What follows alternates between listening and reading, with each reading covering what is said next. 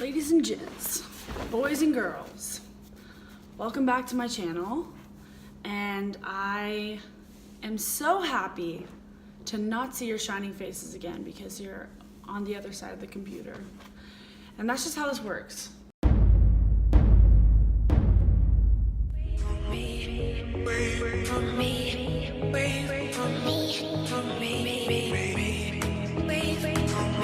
me just start off with, I don't like to do bashing videos of like negativity, but I feel like it's kind of necessary because this trip that I just got back from in Europe, a lot of things went wrong. A lot of things went right too, but a lot of things went wrong. And I just want to forewarn you guys that you don't ever not make the same mistakes. Well, yeah, essentially make the same mistakes I do, because there was like a lot of people that just were not into the idea of common decency, and that were into the idea of ripping people off. Obviously, you can take these tips if you're gonna travel with other people too, but I just wanted to, like, you know what I mean? Sorry, Miley Cyrus just tweeted, and yeah, some of them are gonna have little anecdotes with them, some of the tips or whatever. But yeah, just take a listen, and you can take the advice or don't take the advice. But basically, if you don't take the advice, then best of luck to you. Namaste. Okay, so I'm gonna do some do's and don'ts. Here are the do's. Do's. Do. I use this website to book my flight called Student Universe, and it was absolutely amazing. You can go on there if you're a student or teacher and use it, and it's lovely. And it's very helpful. So yeah, I went to that website to book my flights, and they were like extremely cheap. Next thing is, if you plan to country hop, try not to bring so much luggage that you freaking look like London Tipton. If possible, girls, hear me out. If possible, take a carry-on. Like a carry-on and a knapsack or something. Cause like, you bring all this, if you can take a carry-on, it's gonna be so much easier to get around everywhere always. If I had like a big suitcase, I would have murdered myself. If you absolutely just cannot, I know you're gonna shop and stuff too while you're probably there. So if that's the case, then that's fine. I mean, obviously it's fine. You can do whatever you want. I don't care if you want to bring 10 bags, but just know you're gonna have to carry them everywhere. And if you're country hopping and using trains and public transportation, that's gonna be rough, and I'm gonna laugh in your face whenever you're trying to drag all your bags onto that. But you can't just take a luggage cart with you everywhere. So yeah, just try to bring a carry-on, if not one suitcase. The next thing is to, before you leave, get portable chargers and converters, because they sell them, but it's just so much easier to get them here, because like it's really hard to find places that sell them where I've been anyways. It's just a different country, and if you're going there for the first time or by yourself, I would suggest getting, if you're gonna country hop again, like if you're just going to the UK or something, you can just get the weird little whatever. If you're gonna go somewhere else with a different converter, then I would just get a like universal converter. They have those that are like 20 bucks maybe, well, depending on where you get them. If you get them at the airport, that's stupid, they're gonna be like $50. But if you go to Target, they're like 20 bucks. Anyways, they have all converters for every country ever, always. And then portable chargers, just because like there's been like times where I've been on my own out in the middle of the city, don't know how to get back to my place, and then my phone dies. And I have learned from my mistakes many times. So have a portable charger with you, because it's scary as but when you're walking around at night in a foreign country and your phone dies, you can't call an Uber, and taxis aren't really running, but if they are, you may not have cash, and I don't know, like you might have to share a taxi with a really weird person, and then it just gets really creepy really fast. Or you're trying to get to like dinner with your friends, and like your phone dies, and then you have to like find your way to a station. Luckily you know how. If you didn't know, then you would be screwed, but you do because you're a smart person. So then you try to get on that subway, but then all of a sudden the underground just decides to close down one of the subways that you need, so then you have to walk up to the service and pay money for a freaking taxi even though you have an Oyster card. Okay, all I'm saying is bring a portable charger, because it's rough, okay? It's a cold world.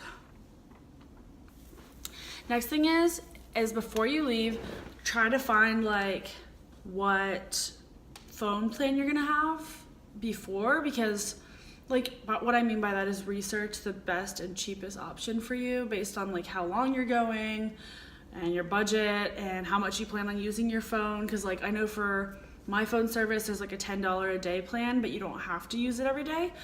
If by chance you're out and about and you need to catch a ride or call someone or whatever, then you can use the $10. You can pay the $10 for that day, but it's just like automatic. So you just say from this time to this time, and then every day that you do use it, they charge you $10. And when you don't use it, they don't charge you. You can just stay on Wi-Fi. So anyways, that's one option. And then another option is like getting a SIM card in another country, which is like, you just take like an extra phone that's not your phone. It's a little excessive because I mean, you could just switch out the SIM cards, but you're not gonna have any of your information. So it's nice to have like another phone if you have one like lying around, like an old iPhone or something, or Samsung. Yeah, you just take that and or get this, buy the SIM card when you're in that country for like that service version of the phone service or whatever. I don't know how to explain that to you, but yeah, so like, oh, and then for the SIM card, like the service that you buy for it, they have like these travel plans where it's like, oh, if you're just gonna be here for a month, like this is the thing you can buy or whatever.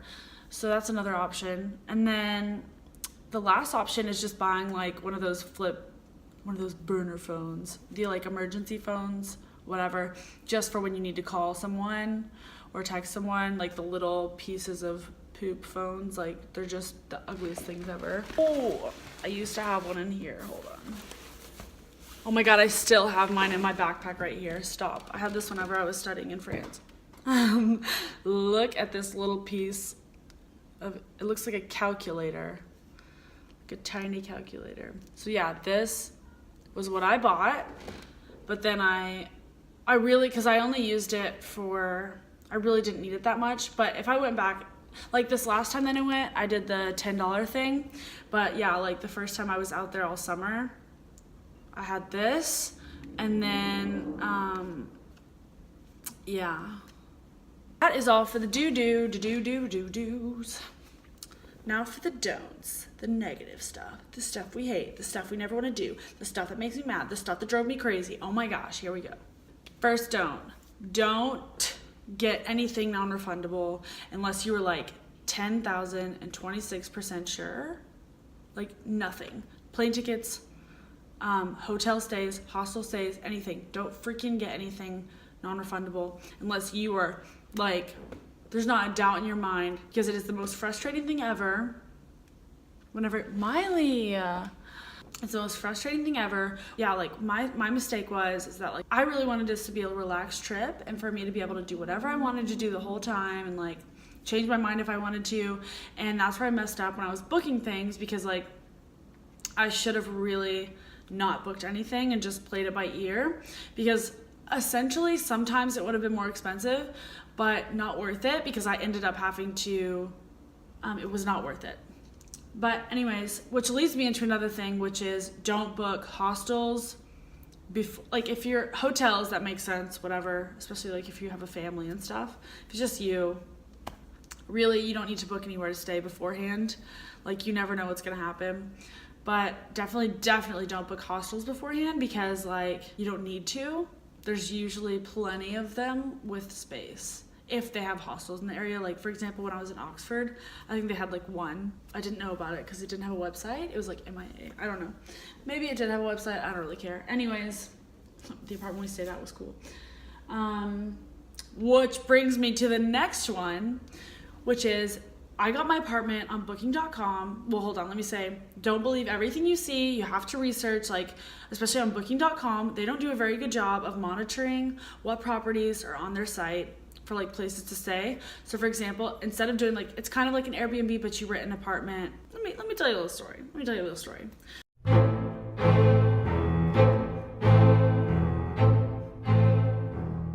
The pictures that they showed on booking.com for this place that Mona and I were supposed to stay in Oxford was absolutely beautiful. It was super cool. The main thing was that it was nice. It was pretty decently priced. It was kind of expensive, but it was worth it because it was in the middle It was on Cornmarket Street, which is like one of the main streets in Oxford, right? So we were like, okay, that's cool, we'll get that one. So we get there, and I kid you not, they use that address, or that's their office address. Their actual addresses are all over Oxford in various parts. So they literally lied about where the apartments were. They're like, oh yeah, we just use this as an office. Like, we're just gonna pick you up and take you to the apartment. They take us to the apartment. Actually, they didn't take us to the apartment. We got away there ourselves, and it took us like 10-15 minutes to drive there. It would have been a 45-minute walk to town. And we literally spent all that extra money on that place because we wanted to go right outside and not have to pay for taxis, not have to pay for like any transportation, like just be able to walk downstairs and be in the town. But no, it was a freaking 45-minute walk. So we were like, absolutely not. And they didn't send me any emails telling me that either. Like, they were like, oh yeah, we sent you emails saying that this was the property. No, you didn't. We checked my booking.com email. I pulled out my laptop on the freaking hood of the car in front of this man and told him, this is like what I've gotten, and now that was that. Anyways, I'm not gonna bore you with this whole long story, but basically Mona saved the day. So we ended up getting a new place with much nicer things. It was still a 15-minute walk to town, but that is okay with me. Much better than freaking 45 minutes. Like, that's insane. The next thing is Italia Rail is false. I don't know if you guys know what a Europass is. I mean, a rail pass is, but like the rail passes that you can buy, not the ones that you get, okay. The ones that you buy, like if you're visiting from like America, the Americas, any of us, Canada, Mexico, all of us, the rail pass that you would essentially buy would be like one for all of this region of Europe, you know, being able, or you can do the global pass where you can go take trains anywhere around Europe, and you can pick like how long you're going to be traveling and how many trains you think you're going to take, and they'll give you like a really good price for it and give you a rail pass. Well, I bought mine and it went through a portal that wasn't Eurail, which is spelled E-U-R-A-I-L. That's Eurail. That's where I thought I was buying it from. But then this website sent me through a portal that put me on Italia Rail, which is spelled Italia Rail. I'm not gonna spell it out. It's right there. You don't even need to say all those letters. Okay. Basically, Italia Rail is a scam. It said that I would be able to go to all these different countries because I bought the global pass through Italia Rail, and 3 of the countries I wanted were not on there. Yeah, 3 of them weren't, and then one of them tried to charge me for the ticket, which I was like, what did I just spend all this money on this pass for if you're gonna charge me for a ticket anyways? Like, I could have just bought the ticket. I lost a lot of money from that and all the places that I had booked ahead to stay at that were non-refundable. That's why you never know, like, you could be 100% set on the plans and someone else just screws over your trip. So thank you very much, Italia Rail. I hope no one ever buys anything from you ever again. You're trash. Okay, the next thing is be super cautious about who you meet and what you say to them and how you talk to them and just how you carry yourself, because a lot of people think that Americans are ignorantly naive and just stupid, and I'm being redundant now, but do not prove them right. And if you are any of those things to like a noticeable extent, we're all a little bit of those things. But if you are, then maybe don't go to Europe, or just go to Europe and be quiet and learn, take it in. So you can branch out there, but you're not putting a bad name on us. Appreciate you. Oh yeah! The next thing is don't take a bunch of money out before you go. I don't know why everyone thinks they need to like convert a whole bunch of money before you get there. Definitely take some out for whatever country you're going to, but you don't need to take out like money for the whole trip at the beginning, because you can use your card. Like, you can use your debit card or credit card, and you can get cash there. Which, yes, there's ATM fees and stuff, but that's why I'm saying, like, just get a little bit of money for things that only take cash, like markets or taxis. Most taxis take card as well, but some of them don't. Before you go, you can convert like maybe a couple $100 and just keep that like safe with you at all times. But you just don't want to have a lot of money on you anyways, because hello, pickpocketers, they're everywhere. It's ridiculous. The last thing is just a little fun fact. Don't drop your suitcase down an escalator.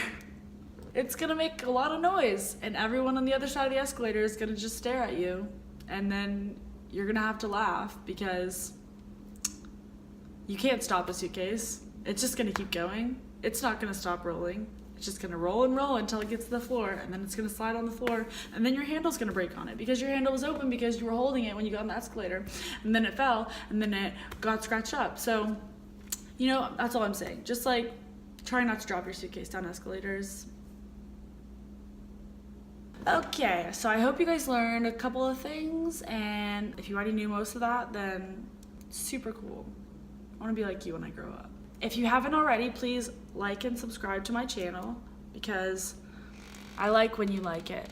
I like you liking me liking you. And if you have any questions, you can comment them and I will be happy to answer them. And then I'm gonna put the names of the things I do like and the links with them. Just remember, be prepared before you leave, but also just be like very open to things changing because you know, not everything's gonna go perfectly, but it's always better to just stay calm at the end of the day. And the last do that I wanna leave you with is do you. Do you all day, every day. Because nobody else can. And you being somewhere else is really, really cool because you're experiencing things and seeing things that everyone has not seen from where you're from.